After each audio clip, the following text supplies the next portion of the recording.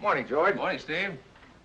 Commissioner said you wanted to see me. Yes, our elusive friend Ekman is in this country. Ekman? Don't tell me he's still floating around. Well, you know him as well as I do. Part-time foreign agent, part-time international information peddler. He's smooth and tough. Yeah, he's been in our hair a long time. What's he doing in the States? That's what I want you to find out. We know one thing. Ekman wouldn't be connected with the thing unless it was big. And right now, that's what mystifies me. What do you mean? Well, why do you suppose Ekman would want to steal an old Civil War map? You know, for a moment I thought you said... You heard me. That's what I said. A Civil War map yet? Are you kidding? He stole it from the home of a Colonel Carruthers in Richmond just this morning. Yeah, but I still don't see why a Civil War map would be... Neither do I.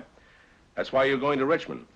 Steve, there's a special plane waiting. You'll be there in a couple of hours. Talk to Colonel Carruthers, and then go where you have to and do what you have to do to find out what this is all about. Well, that's it, Steve. You've got your assignment. Good luck.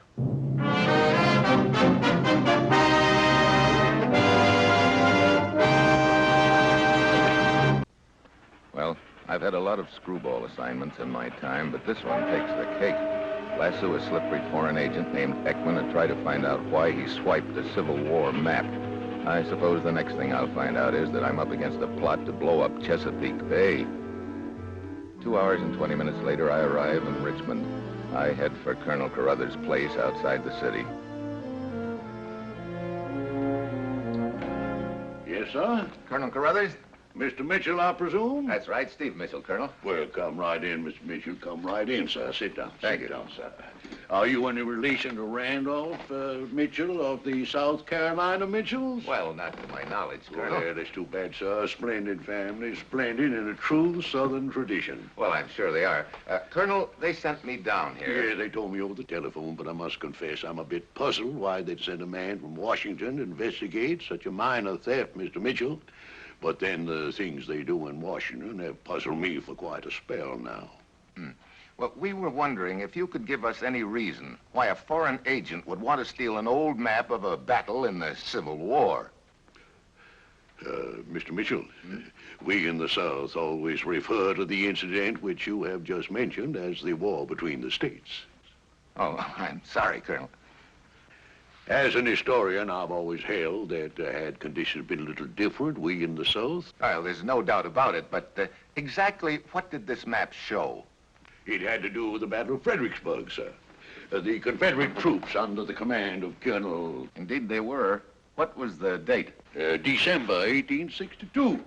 It began just before sunup. It was a miracle of military strategy, Colonel. Thank you, sir. Thank you. This map was just a rough sketch, but it was actually used by our army, and that made it of value to a collector. I see. Did you know this man, Ekman? He was a scoundrel, sir. Passed himself off to me as a Mr. Claiborne, defaming a fine old Southern name. Oh, what was he doing here? Well, he claimed to be writing a book on the Battle of Fredericksburg, and I remember thinking it was rather strange at the time. What was strange? Why, because this here book here on the same subject was published a month ago. One in which my relics and research appear quite prominently. But to get back to this... Ekman. Yes, he wanted to browse through my books and relics. Now, it happened that I was dressing up to look like Colonel Jeb Stuart for a masquerade ball we were giving, so I let him. And about an hour later, after I finished varnishing up the visor of my cap, I discovered that the map was missing and that scoundrel with him. I don't get it. Would you care to see what the map looked like, sir? Have you got another one? Well, I haven't got a copy of it, sir, except in this book. It was just one original map, of course. It's on page 263, approximately. Here, just in passing, sir, there's a picture of that fine Southern gentleman, Colonel Jeb Stuart. There's a picture taken of a cavalry charge. That's very interesting, Colonel, but the map... And there, sir, there is a picture of a genuine Minnie. Minnie who? Minnie, it's a name for cannonball, sir. But the map, Colonel, please. Here, and there's a... Oh, no, that's somebody else's relic. Oh, here. There we are, sir. Now, why would a foreign agent want to steal that? Well, perhaps a man made a mistake. No, Ekman doesn't make many mistakes, Colonel. What's this little scrawl here in the corner? Oh, that's the name of the man who made the map. Yeah, a Frenchman named Cartier. Yes, he fought for the great cause during the war. Great friend of my daddy's. In fact, it was his great-grandson who gave me the map. I see.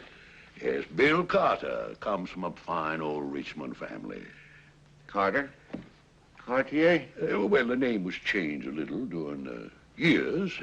You know, I imagine Bill was trying to sugar me up a little with the gift of that map so he could ask for my granddaughter Juliana's hand in marriage. I see. One thing more, Colonel. Yes, sir? Do you remember how this man Ekman came out here? Well, yeah, came in a taxicab. Taxicab. Well, that's a lead. A lead, sir? Yeah, I'm as much in the dark about this as I was before. I don't know what the reason was, but there must be a reason for Ekman to steal that map, and I've got to find out what the reason is. But first, I've got to find Ekman. Yeah, I see. Well, Colonel? Well, you won't stay and have a little libation with me, sir? No, thank you, sir. Goodbye, Colonel. Good day. 2 hours later, when the train from Richmond pulls out, I'm on board. I spend $25 for taxis and tips, but according to the taxi driver who took him to his hotel, and the starter who sent his cab to the station, and the ticket agent at the depot, Ekman is somewhere aboard this train. Thank you. Conductor, take a look at those.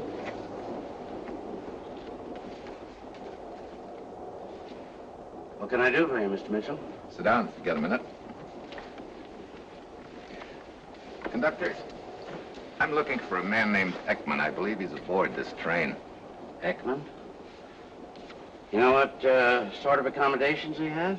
No, there you got me. Well, of course, if he's in the chair car, we wouldn't have a record of his name. Doesn't seem to be on our list of compartments or drawing room. Well, he uses several aliases. He used one this morning in Richmond, Claiborne. Claiborne? No. Got a description of him? Yeah.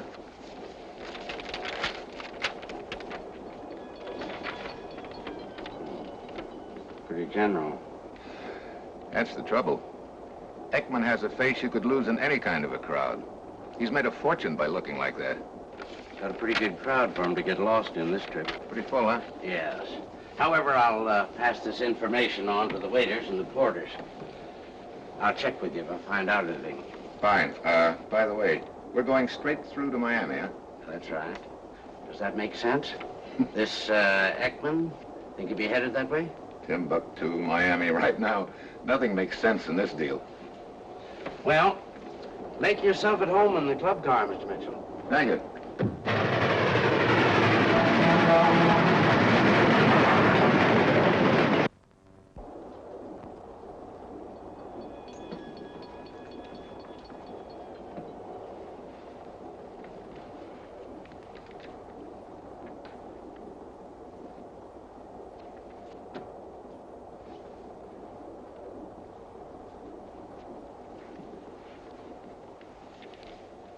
Hi. Hi. I always feel a girl shouldn't sit and drink alone. It just doesn't look right. Of course, I haven't got a drink. Bartender? Well, now you're not alone. You probably think it's real brazen of me to talk to a man I don't know. Oh, I wouldn't say that. Life on a train is usually rather informal, Miss... Miss Forsyth, but my first name's Zoe. Steve Mitchell. Now, isn't that one? One what? I just knew your name would be Stevie.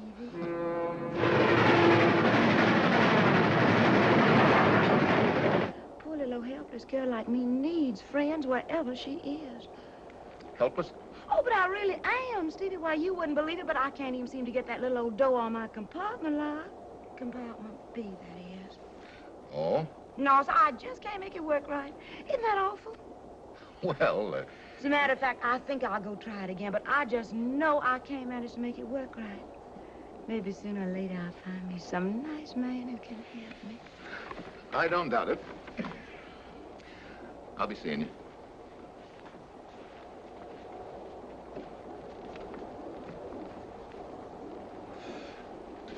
Quite a number, friend. Hmm?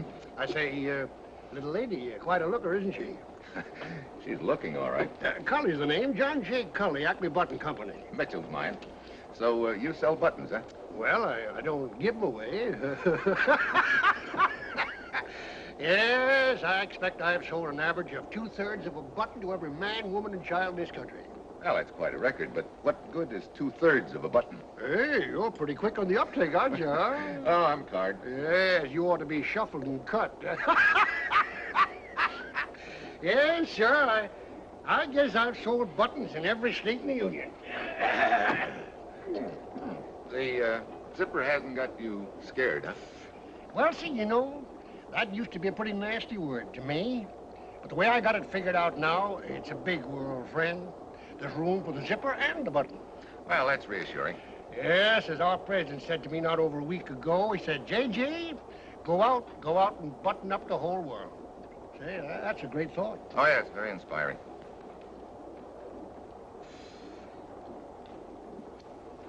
Excuse me, Mr. Cully. Sure thing, friend.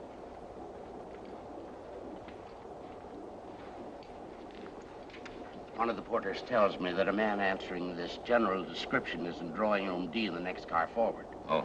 He has reservations under the name of Pettibone. Might be the man you're looking for. Thanks.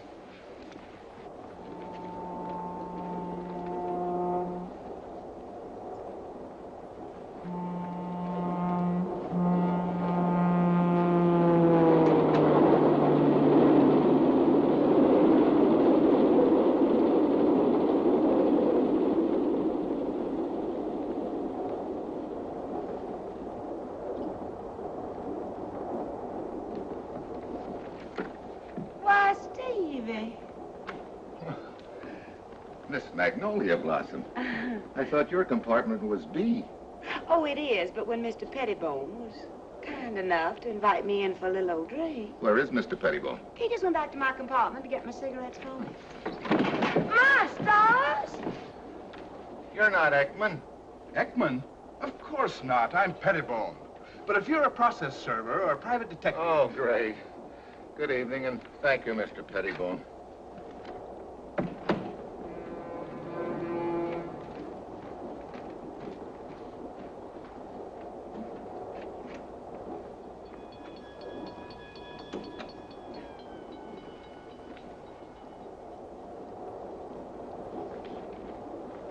Sure same man? That's right. Any luck? Yeah, all bad. I may have a lead for you. Yeah? The waiter just told me that a man answering this description ordered his dinner sent into compartment G. Same car, just after we left Richmond. Okay, I'll try again. Thanks.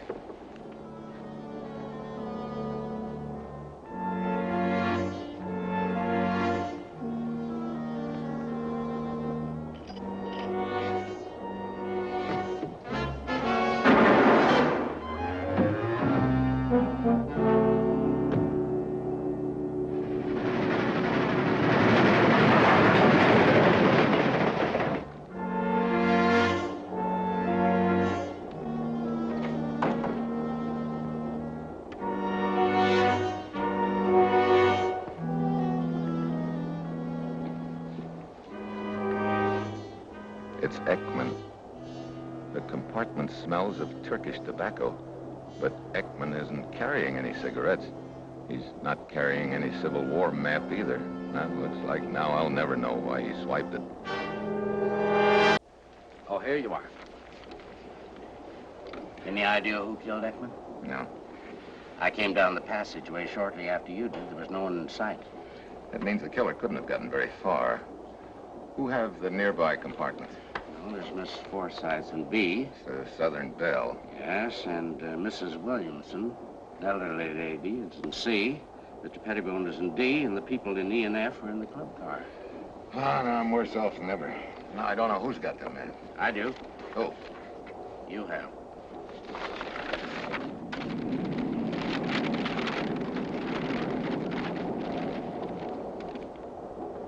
Hey, that's it, all right. Where'd you get it? From the steward. Ekman gave it to the steward to lock in the dining car safe. I thought I'd better take a look and see what is in it. What's so important about it? There you've got me. Just a rough sketch drawn 90 years ago by a guy by the name of Cartier. Now. So? Now I've got it, but I still don't get it. Did you lock Ekman's compartment? Yes. Well, now that my head stopped jumping around, I'd like to take a look around there, see if I can find something that might give me a lead. I'll be with you as soon as I make up a wire to Miami. I'll meet you in 10 minutes in Ekman's compartment. That'll give me time to have a little talk with the Southern Belle.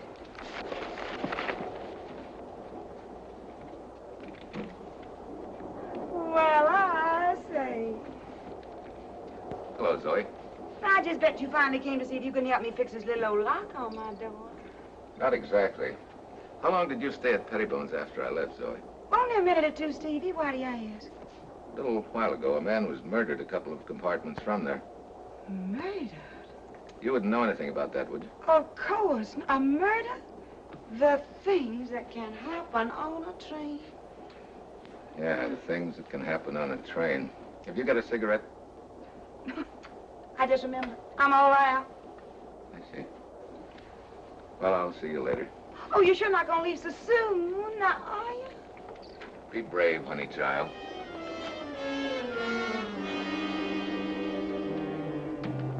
At this point, it looks like the trail is heating up.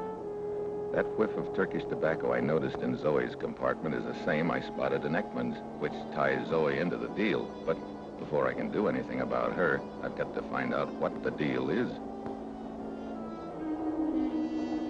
We go over Ekman's compartment with a fine-tooth comb, and finally I spot something.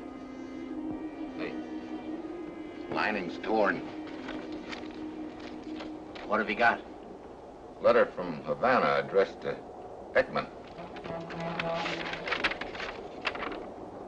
Signed by a guy by the name of Corelli.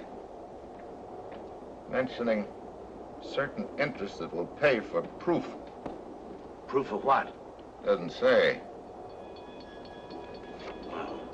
You think this Civil War map has any connection with this thing? It could be the proof that Corelli mentions. But proof of what? Hey, wait a minute. We get to Miami in the morning, don't we? Yes. Just a short hop by plane to Havana. I got a hunch that Corelli's gonna have a call paid on him by Ekman's partner. Ekman is dead? Mm-hmm. You know who his partner is? No. Me. The Miami police promised to keep an eye on Zoe, so I grab a hop to Havana, check in at my hotel, and send word to Corelli at the address I found on the letter in Ekman's pocket. It isn't long before I get results.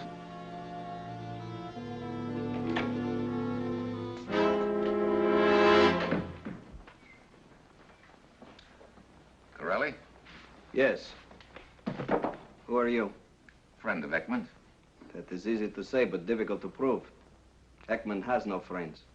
Where is he? Somebody caught up with him. He's dead.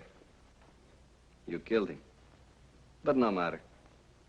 So now you want to make a deal. What is it you have to sell me? Don't you know? Of course. The question is, do you? The map of the Battle of Fredericksburg. You are too smart to have it with you. Wrong, Corelli. But big enough to hold on to it till I get my price. There is only one price. $10,000 American from the interests I represent, another $10,000 from the Altraz family. The Altraz family? Maybe it's worth more dough than I thought. I would advise you strongly not to try to bargain. Any further delay might ruin the entire transaction. All right, I'll let you know in a couple of hours. I will return at 8:30.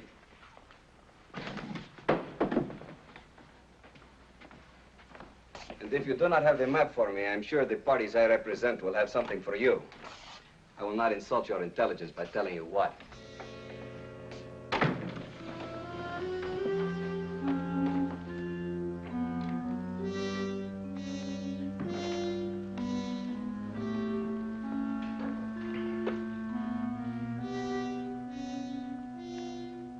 Get me Washington. LD 541. At last I've got a lead, or rather a name, the Altraz family. I put in a call to the commissioner's office and asked for a check on them. Then I go downstairs to dinner.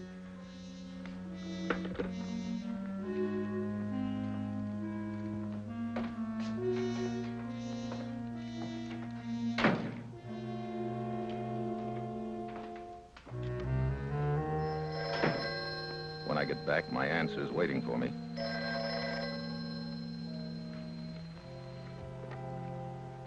Hello. Well, we drew a blank on the first name he gave us. Plenty on file about the Altraz family. Okay, George, let's have it. The Altraz family has been a thorn in our side for some time. Especially Mrs. Altraz. She owns some property in the Middle East that has a chromite mine on it.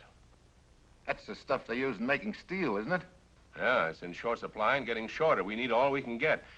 We wanted to lease the mine from her, but she'd already leased it to unfriendly interests. Her husband was willing to go along, but she said no. She owns the land, so there you are. I see. How did Mrs. Altraz get the land in the first place? According to our information, she inherited it from her great-uncle, whose only son was lost at sea on the way to America. So old Mr. Cartier left the land to Mrs. Altraz, and Did you say Cartier? Mrs. Altraz's maiden name. Does it ring a bell? A fire alarm. And where there's a fire alarm, there's usually smoke. Well, that's one way of putting it. Anything more I can do to help? I'm afraid you're too far away right now, George. What? I'll check with you later. I hope. All right, Zoe. You can come out now. You got the wrong party, friend.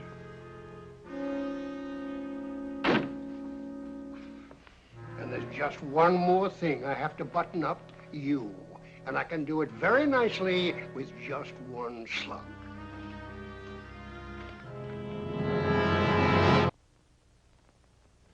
Reach in your pocket real gentle like and pull out that map and hand it over. You know, it took me a long time to figure out why that map was so valuable to Mrs. Altraz and the Middle Eastern interests that she rents that mining land to. The map proves that she doesn't own the land, right? Right. That's quite an interesting little piece of paper, isn't it, friend? It sure is. You know, she inherited that from old Cartier when he thought that his only son was lost at sea on the way to America. But he reached America, and he drew that map, and he signed it with a date. And he's got a lot of direct descendants right now living in Richmond, Virginia. Take young Bill Carter, for instance. He's the one that gave the map to old Colonel Carruthers. So you're a bright boy, aren't you, friend? Got it all figured out. Too late. You killed Ekman, too, huh? Merely to increase the profits. Originally, it was going to be a three-way split. You, Corelli, and Ekman. Now it's a two-way split, huh? One-way split. I'll be gone before Corelli arrives. Hey, you're a real go-getter. That explains the Turkish tobacco smell in Ekman's compartment. You were leaving, you heard the conductor coming down the passageway, so you ducked into another compartment. Zoe's. She was with Pettibone at the time. Now, look, friend, storing's not going to do you any good. Now, just trot out that map and hand it over. I haven't got it on me. You won't give me that. I've been over these rooms. You haven't been as thorough as you thought, button boy. It's over there. No sale. I've been through those drawers.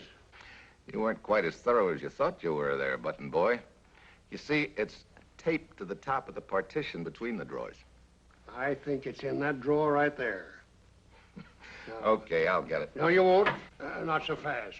You may have a gun in there yourself. I'll get it. Up.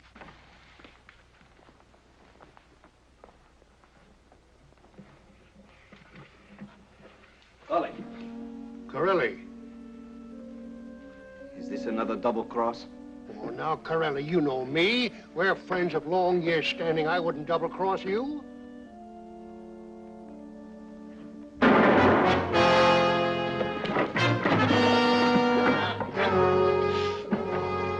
What's the matter? Did I hurt the little Patty? Oh, now, look, friend. Maybe we can make a deal. You're through dealing, button boy. The cards just got stacked against you. I'm sure when the Carters back in Virginia hear that they own that mining land, they'll be glad to deal with my government. You know, when you were little, you learned to play that game wrong. What do you mean? Button, button. Who's got the button?